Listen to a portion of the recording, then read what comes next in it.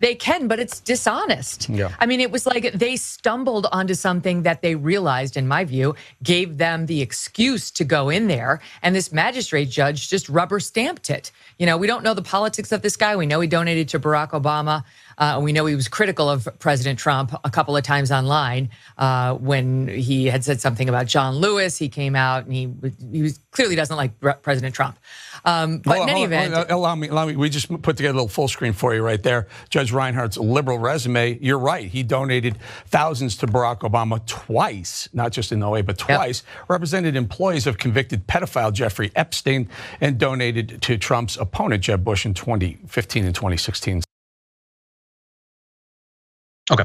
So there's been this full court press against both the FBI and also in particular the judge who apparently signed off on the warrant to search Mar-a-Lago. And you can tell that it's a serious journalistic enterprise digging into his past because they decided to put up a photo of him eating Oreos for some reason that I will never understand.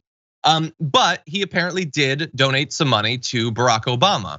And that means that he is unacceptable as a judge. What we are learning there from Megyn Kelly and Newsmax is that no one can be a judge if they made political donations. Because, well, I mean, I assume that's what they mean. They must be expressing an actual principle. They wouldn't be just pointing that out in this case and wouldn't want to apply it to any others, right? They wouldn't believe that you can't have weighed in any way on politics ever and be involved in our judicial system. Of course, they don't think that. They're perfectly fine with people donating to Trump and getting judicial positions. Anyway, they find it to be convincing in this case because this guy years and years ago gave money to Barack Obama, who I guess is a communist or something. In any event, their criticism of him, their photos of him eating Oreos has had the predictable effect, which is that online on pro-Donald Trump message boards and other websites, there are a number of violent anti-Semitic threats against the judge. What do you know? They went to death threats and they went to anti-Semitism almost instantaneously. They've been posting what they believe to be his home address, phone numbers, and names of his family members, including messages like this. This is a piece of S judge who approved FBI's raid on Mar-a-Lago. I see a rope around his neck. Another, this is on the Donald, by the way. Everyone was aggrieved when the Donald was thrown off of Reddit. I wonder why they felt they had to throw it off. They're threatening to lynch a judge and going on to say, let's find out if he has children, where they go to school, where they live, everything.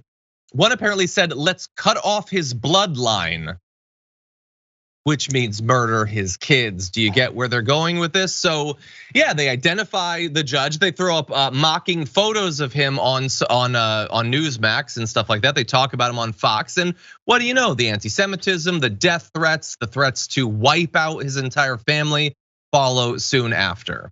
Adrienne, what do you think? Okay, so initially when I heard about this judge and there were these allegations online that he had represented Epstein or whatever, I was like, yeah, so I could care less.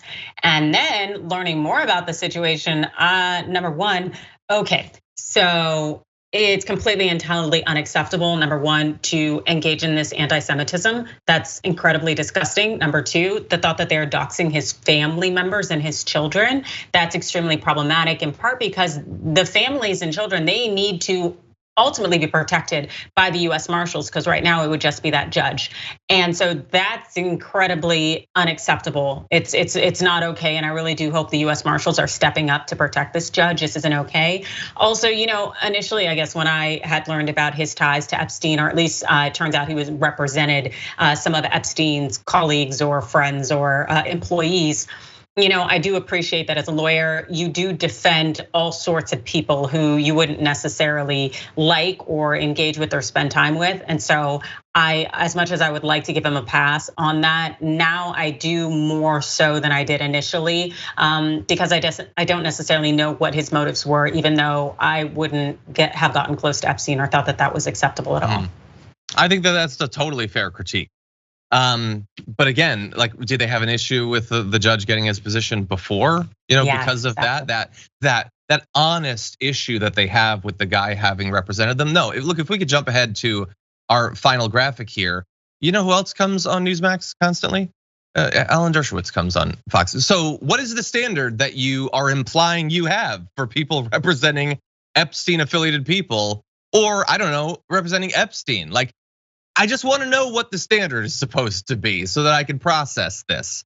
I would be perfectly fine with saying, let's get money totally out of politics. Then you never need to worry about your judges having donated to candidates. But that is not what they're actually saying. And I will remind you, by the way, as they're like rallying the troops to go after this guy, as the death threats are coming in, we're what?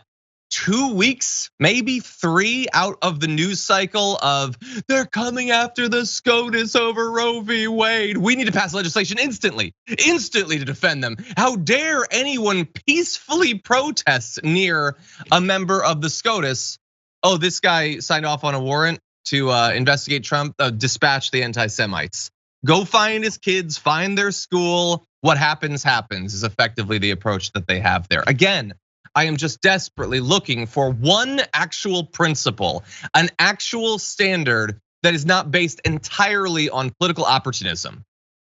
Yeah, and I think you're going to be looking for some time, John. The fact is that these people do not think the law or any kind of rules or regulation should apply to a certain segment of our population, whether it's white, male, and privileged. But it's disgusting that this is who these people are. I just wish they would be honest about it.